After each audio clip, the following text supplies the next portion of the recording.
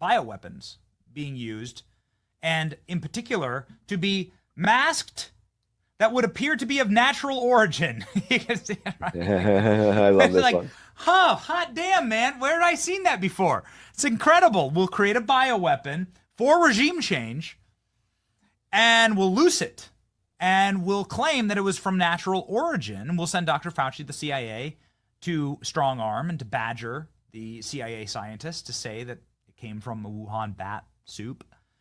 And it's incredible. $15 million from USAID, by the way. The Wuhan Institute of Virology got $15 million to develop SARS, the fur and cleavage site. DARPA developed, coronavirus, jumping animals to humans. They got $15 million from USAID to do that work. So again, USAID, CIA, but it's refreshing. It's like having a sip of hot tea on a cold winter's night. It's so nice to just see something so familiar here. Let's make sure that it's a biological weapon, but that we can mask it as natural origin. It's like the same playbook, bro. It's like 60 years. The same playbook. It's unbelievable. You've talked about this before. This is obviously Operation Mongoose. This is in Cuba. But break it down. So seeing a lot of action these days. Weather control, biological weapons, and control back in the 60s. Yes, I'm going to text you and your producer another thing to pull on screen, but let's stay on this one because they're both connected. So I want to read this full thing here actually, because like I sort of said when we first started talking, I don't think you should expect to see a smoking gun about who killed JFK in here. Now, there will be circumstantial evidence that will be useful for further investigation, but you're not going to find a CIA cable about the CIA killing Kennedy. But you do see smoking guns on. So actually, if we start with that other one, I'm going to connect it to this in a second. Well, actually, we'll start with this maybe, and then we'll go back to that document. So you do see smoking guns for so many other things that are pertinent to world events that are in these documents. And what you just pulled up is an absolutely devastating smoking gun, which corroborates the entire thesis and actual like logistical descriptions that are given out in. So if I can just read that quickly, the tweet description, because it just sort of tees it up. And I tweeted this a year and a half ago. And I said, okay, so look, I hate to be the bearer of bad news, but it looks like COVID may have actually been made in the same military lab where the Pentagon created Lyme disease.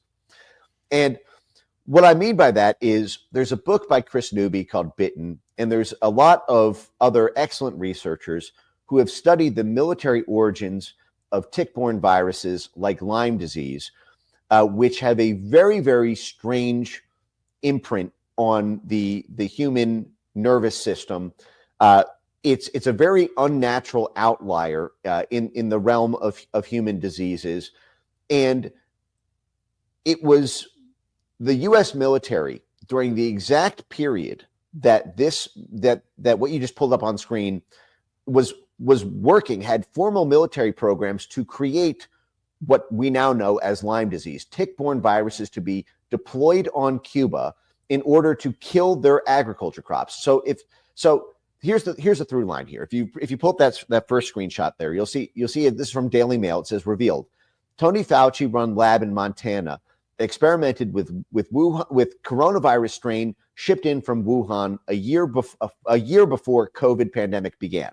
Now, what they were doing, now you'll see in the bottom left, that's called the Rocky Mountain Laboratories. Now, this is the star player in Chris Newby's book Bitten about the origins of Lyme disease. The world's foremost expert on tick-borne viruses was recruited to a military lab in Montana called Rocky Mountain Laboratories, where they were given DARPA grants and U.S. military funding to jump tick-borne viruses to humans and to super juice to basically give Lyme disease and related tick-borne viruses to ticks. They would collect ticks in the Rocky Mountains of Montana, and they would bring them to the lab, and the military would infuse them with with what they called, sublethal agents, so that it would not cause mass death. This was actually conceived by the military as being a humanitarian way of doing war, because it would not result in hundreds of thousands or millions of casualties. It would just mean all of the agricultural crop workers in Cuba would get sick. They'd get sick for months. They would be lethargic. They'd be unable to do physical labor, which, is, by the way, is the same symptoms you have from Lyme disease. And so they would not be able to sustain themselves while they were under a trade embargo from the U.S. The U.S. had a naval blockade on Cuba, so they could not import. They had to rely on their own sugar. They had to rely on their own fruit. And so if you don't have tens of thousands of agricultural crop workers, because nominally commercial airplanes dropping military cargo carrying tick-borne viruses infects the whole agricultural crop workers, now everyone starves. And there has been decades of research on the role of starvation in regime change. It is extremely useful to get people up on the streets to protest their government when the government can't feed the people. There is a pressing time clock because people's family, their children are starving, their wives are starving, so they need, if they believe that the U.S. government, that they'll be able to feed themselves under a new government, or that there will be aid packages delivered with a new government, they will take to the streets and overthrow that government. This is what the military planned to do in Cuba, and they plan to use Lyme disease, created in the first place by the military, to do it. So if you go to the next slides here, you'll see, maybe the next one, right? You'll see here. So this is Bergdorfer, grew up in Basel, Switzerland. Studied at the Swiss Tropical Public Health. At the end of his training in 1951, he took up the position at the U.S. government's Rocky Mountain Labs in Montana. And the job was to try to create, this was done under the cover of trying to create vaccines against these tick-borne viruses. Vaccine diplomacy goes back a long way. In fact, vaccine diplomacy and vaccines as an instrument of statecraft, as a foreign policy tool, was lauded by Henry Kissinger, whose name is all over these documents, as well as by Peter Hotez. Peter Hotez, the star spokesman of all things COVID orthodoxy, wrote a whole series of articles beginning in 2004 about how vaccines can play even if they don't work, even if you leave aside the health benefits, it allows the U.S. State Department to penetrate areas that would typically be forbidden under statecraft and typical intelligence grounds if you run it through the public health facilities and vaccine clinics. As you and I have talked about, the CIA was busted running fake vaccine clinics in Pakistan and running CIA operations in Latin America out of HIV clinics. And so if you go back now to the slide that you just pulled up, the now declassified, unbracketed. It's like when Trump said, "I'm unshackled," right? Remember when the pussy tape dropped in the 2016 campaign election, he said, "I'm now unshackled." I can say we're now unbracketed. We're unbracketed, Benny. So if you scroll up to the top, I just want to read this whole thing and just tie it together if we have time. So the special group then turns its discussion to agricultural sabotage. Again, the same thing that Chris Newby meticulously documents that was the purpose of creating these tick-borne viruses that would later become what we now live with today as Lyme disease. And you'll notice it's being run at the military level. General Carter. Now, again, the military was funding the creation of these tick-borne viruses out of the very lab that the DARPA grants to create the SARS-CoV-2 fern cleavage sites would be used. The same lab, Benny. It's not like just the same playbook. It's the same players from 60 years ago. Emphasized the extreme sensitivity of any such operation, agricultural sabotage, and that disastrous results would flow from something going wrong. Disastrous results would flow from something going wrong. Oh, like, for example, now Americans are getting Lyme disease, particularly if there were obvious attribution to the U.S. Now, what have I been talking about since Jump Street about who was in control of censorship, about U.S. or U.S. military role in the creation of COVID. It was CIA proprietaries and U.S. military-funded censorship organizations who were the first people on the scene to censor COVID-19. It was the Atlantic Council's Digital Forensics Research Lab, which is funded by the U.S. government and has 7 CIA directors on its board, who immediately, before it even got its name, COVID-19, back when it was called the coronavirus, its first 2 months was setting up special monitoring groups about rumors of it being man-made or it being a military creation.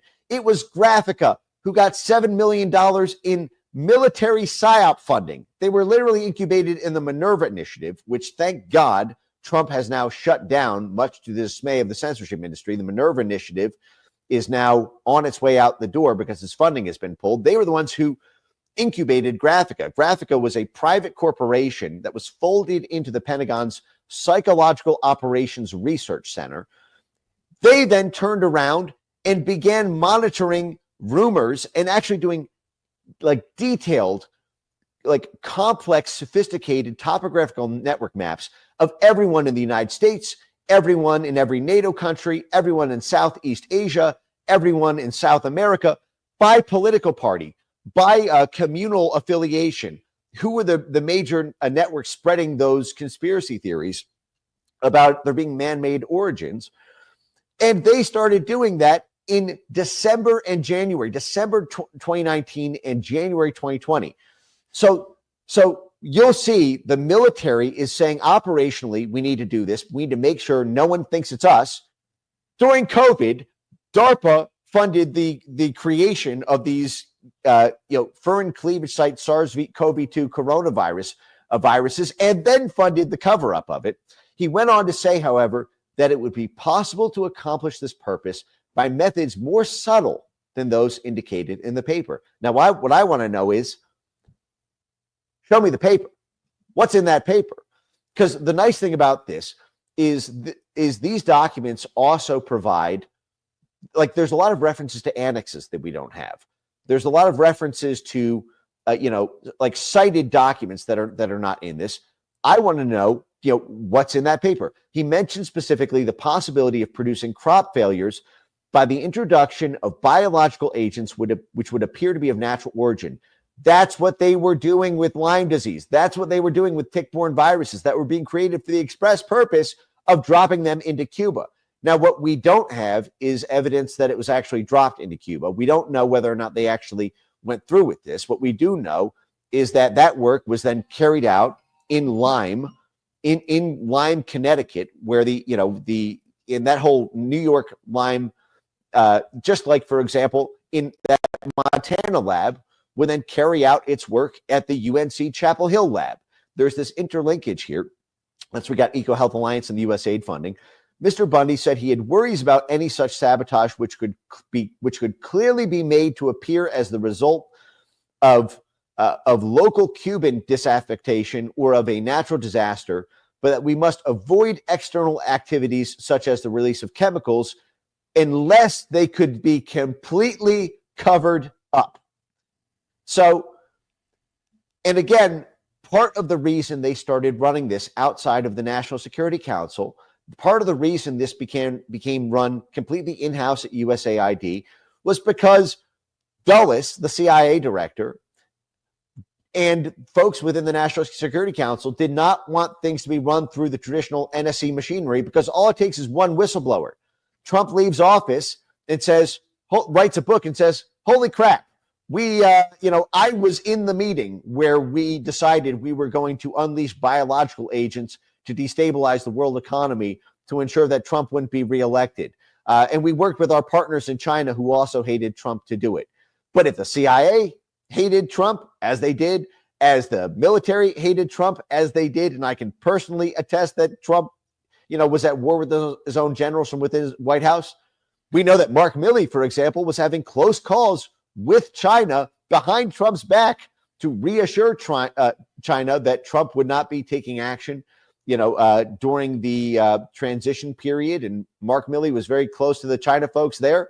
Were they close during the Wuhan lab, thing here? Did they run this through the Wuhan?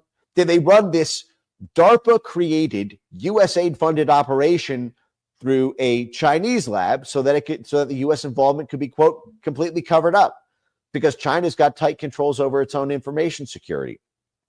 What I'm saying is all of this opens the door to further declassification, and it helps us forensically reconstruct the specific institutions which now need much further review, from the AFL-CIO to the public health universities to USAID itself.